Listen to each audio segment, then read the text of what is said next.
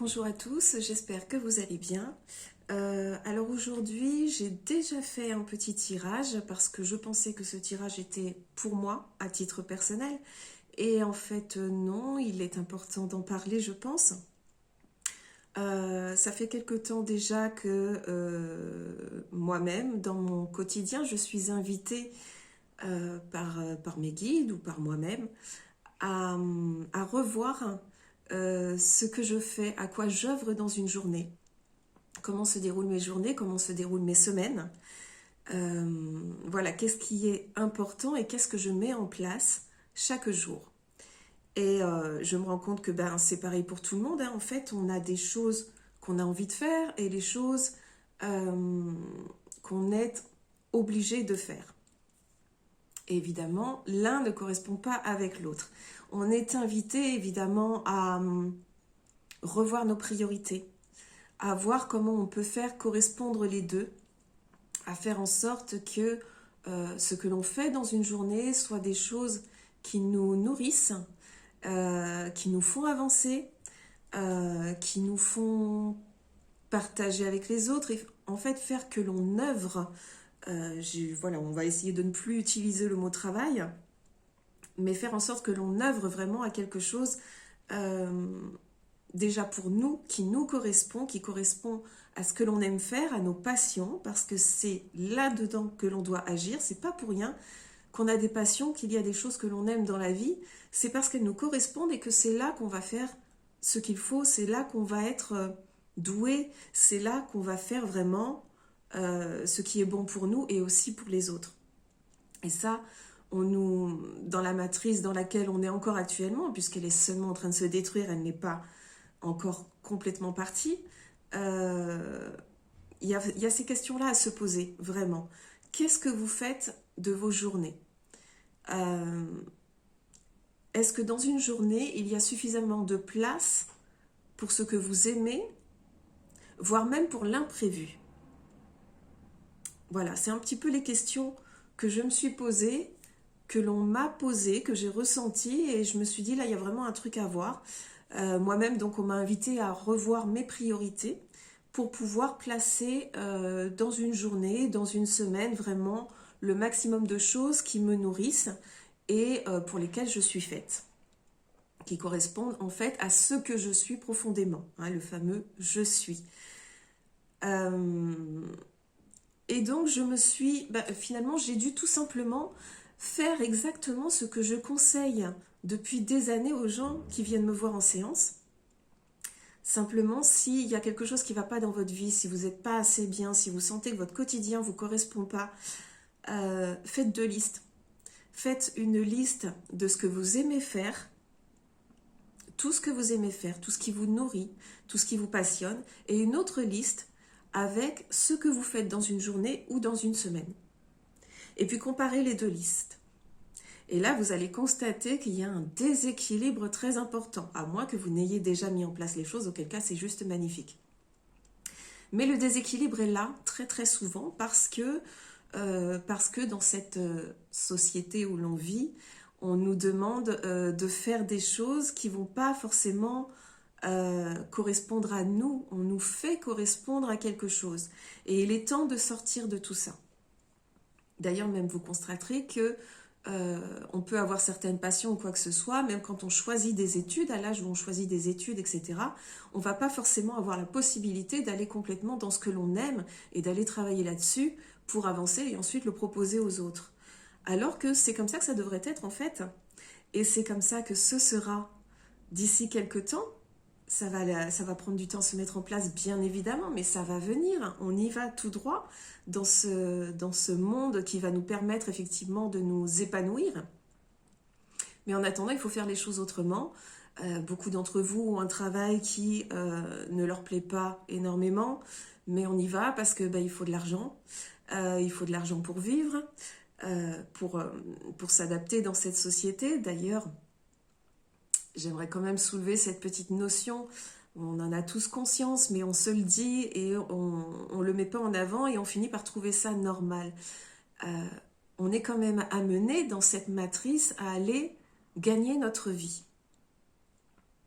on va gagner notre vie. C'est-à-dire qu'on va faire quelque chose que d'autres nous demandent, qui ne correspond pas forcément à ce que l'on aime faire nous, mais il faut trouver un travail, il faut trouver quelque chose à faire qui va nous donner de l'argent pour que l'on puisse avoir un toit, avoir à manger et se soigner. 3 choses qui sont quand même la base de toute vie. Et j'ai envie de dire, de quel droit on nous demande de gagner notre vie. Je veux dire, notre vie, on l'a du moment que l'on est né. On a ce droit de vivre. C'est une évidence, mais c'est une évidence qu'on ne soulève pas assez. Alors à quoi est-ce que vous aimeriez consacrer votre vie si vous n'aviez pas ces questions d'argent à vous poser? Je me suis demandé justement ce que ça pourrait nous apporter de faire un virage à 180 finalement, quitter un travail qu'on n'aime pas, prendre des risques toujours dans cette matrice par rapport à l'argent, etc. Parce que le reste, en fait, il n'y a rien qui est risqué. Vous allez juste vous faire plaisir et découvrir de nouvelles choses. On nous dit qu'on sait très bien ce qu'on a à faire, qu'il faut nous faire confiance et qu'il ne faut pas attendre pour faire les choses qu'on aime. Si on ne peut pas les mettre en place dans un travail, si on est obligé d'aller au travail, de gagner de l'argent, etc., à nous de mettre en place autour les choses que l'on aime. Évidemment, notre emploi du temps, il est fait non seulement par rapport à ce travail, par rapport à nos familles, par rapport à des tas de paramètres qui font qu'on a l'impression que notre temps ne nous appartient pas.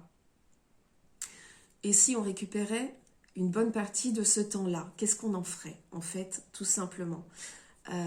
Si on arrive à rééquilibrer les choses, à se sentir nourri au quotidien, c'est aussi quelque chose qu'on va transmettre aux enfants et qui va faire évoluer les choses pour la suite, parce qu'on leur enseignera que la chose la plus importante, c'est de faire ce qu'ils aiment. On contribue également au bien-être planétaire, j'ai envie de dire, au niveau des vibrations de Gaïa et au niveau des autres humains qui sont autour de nous, etc., puisque le bien-être, quelque part, se transmet. Et puis ce qu'on va faire, de toute façon, du moment qu'on répond à notre passion, ce qu'on va faire, ce qu'on a envie de faire, va apporter quelque chose aux autres, forcément. Il n'y a rien qui est fait par hasard. Si vous avez comme passion de jardiner, vous savez que ce sera quelque chose qui va bénéficier à tout le monde.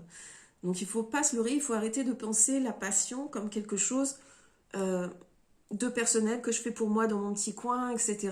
Non, c'est quelque chose qui profite à tout le monde. Donc il faut y aller, il ne faut pas hésiter. Et surtout, il faut laisser tomber les jugements. Justement, si votre passion vous paraît un peu particulière ou quoi que ce soit, non, elle va quand même apporter quelque chose. Travaillez dessus, voyez comment vous pouvez faire, comment vous pouvez œuvrer pour mettre les choses en place, pour vous faire du bien à vous et que ça fasse du bien aux autres après. On nous dit que de prioriser de cette façon, de commencer à travailler dessus, c'est une clé. C'est vraiment une clé, c'est une solution qui est très intéressante pour nous et pour les autres. En fait, quand on fait ça, on va se libérer du temps, on va laisser tomber certaines choses qu'on n'a pas envie de faire, on va faire des choses qu'on a vraiment envie, donc le temps va être utilisé autrement et il y aura également des espaces vides dans ce temps, j'ai envie de dire. Il est important de laisser une place à l'imprévu. Alors, l'imprévu, quelque part, c'est ce qu'on me dit dans mes cartes, l'imprévu, c'est la magie. Si vous avez des moments où vous laissez un espace vide, donc ce vide va être rempli, vous le savez, on en parle sans arrêt de ça, et c'est ça la magie. La magie, c'est que vous allez attirer à vous, et ce qui va remplir ce vide, ça va être exactement ce qui vous correspond, et ça va être que des belles choses qui vont vous nourrir encore plus, et donc c'est un cercle sans fin qui va pour le mieux. Ça, on n'est plus dans le cercle vicieux qui vous fait tomber, vous provoque du stress, etc. Plus du tout. On reste centré vraiment sur nous, sur nos rêves, sur nos passions, etc.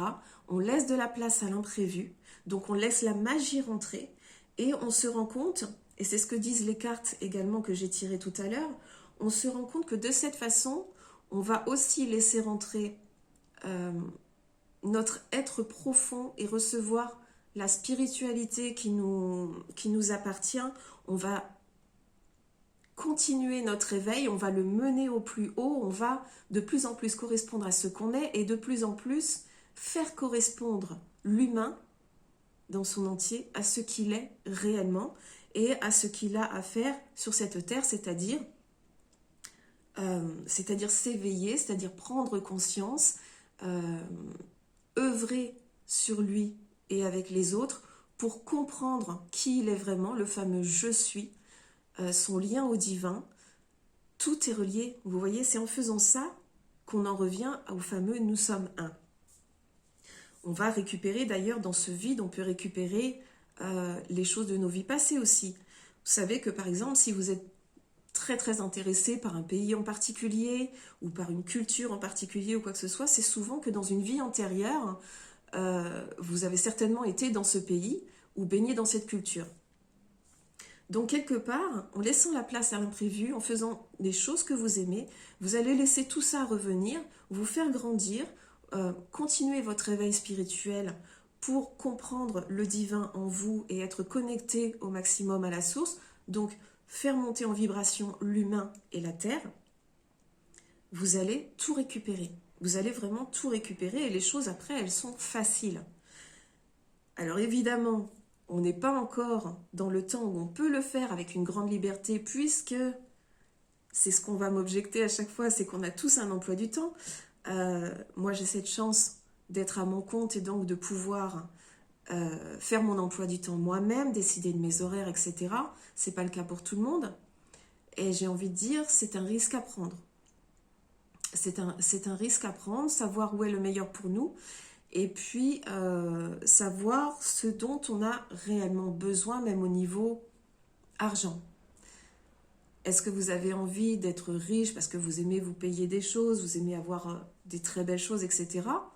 Est-ce que vous avez juste besoin d'un peu et que donc vous n'avez pas beaucoup besoin d'argent?